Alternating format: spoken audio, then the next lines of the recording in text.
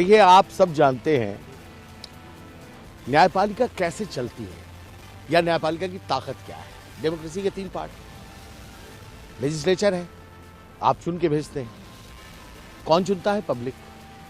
उसके बाद क्या आता है? एग्जीक्यूटिव, उसी में चुने में से कुछ लोग एग्जीक्यूटिव में आते हैं। और तीसरा पार्ट है न्यायपालिका। न्यायपालिका की ताकत कौन है? पब्लिक। तीनों पूरी इंटायर नेशन जो डेमोक्रेटिक सिस्टम है उसकी ताकत है पब्लिक। अगर पब्लिक का विश्वास न्यायपालिका से हटेगा तो क्या होगा ये खुद आप अंदाज लगा लीजिए। पूरा देश कोलैप्स करके नीचे चला जाएगा। एक सामान्य कर्मचारी के घर पे 15 लाख रुपया मिलता है तो उसको जेल भेजते हैं। एक जज के घर पे 15 करोड़ रुपया कैश मिल रहा है, उसको घर वापसी का इनाम दिया जा रहा है।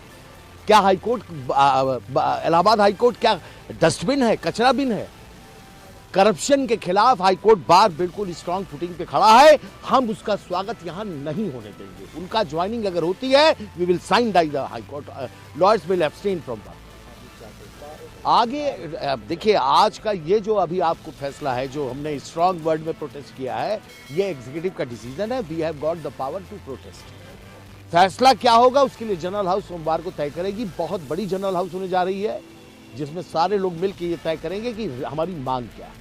हम अंदाज आपको बता सकते हैं इस वक्त जनरल हाउस में क्या हमारी मांगे हो सकती हैं, लेकिन वो सहमति पर निर्भर करता है। जैसे इतना तो तय है कि जस्टिस यशवंत वर्मा को इलाहाबाद में नहीं भेजा जाए, ये हमारी मांग नंबर 1। नंबर 2, किसी तरह की अब कोई जांच की आवश्यकता नहीं है, क्योंकि अगर जस्टिस वर्मा कोई एक्सप्लेनेशन देते हैं उससे पब्लिक फेथ रिस्टोर नहीं हो सकता। पब्लिक फेथ पूरी तरह से डैमेज हो चुका है। अगर पब्लिक हट गई इस न्यायपालिका से तो माफियाओं का राज्य होगा। लोग माफियाओं के दरबार में न्याय मांगने जाएंगे। तो क्या हिंदुस्तान की सरकार चुप बैठ रही है, मौन है, खामोश है? ये न्यायपालिका खामोश है?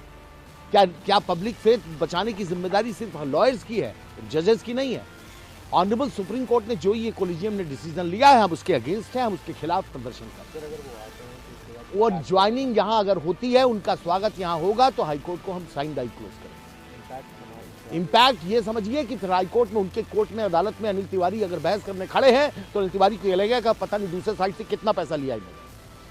क्या होगा आप बताइए? क्या पीछे बैठा हुआ मुवक्किल ये नहीं कह देगा कि भैया ये वही जज हैं जो पैसा लेते 15 करोड़ वाले? क्या होगा न्यायपालिका का? आज ये लड़ाई हमारी वकीलों की नहीं है, ये न्यायपालिका को हम बचाने की कोशिश कर रहे हैं। हमारा पिलर है ये न्यायपालिका। वो चीज है जिसको अगर डैमेज हुआ तो इसका फिर हिंदुस्तान में कुछ नहीं बचेगा। न डेमोक्रेसी बचेगी, न स्वतंत्रता बचेगी, कुछ भी बचेगा नहीं। दोबारा गुलाम होना चाहते हैं क्या? सब कुछ न्यायपालिका।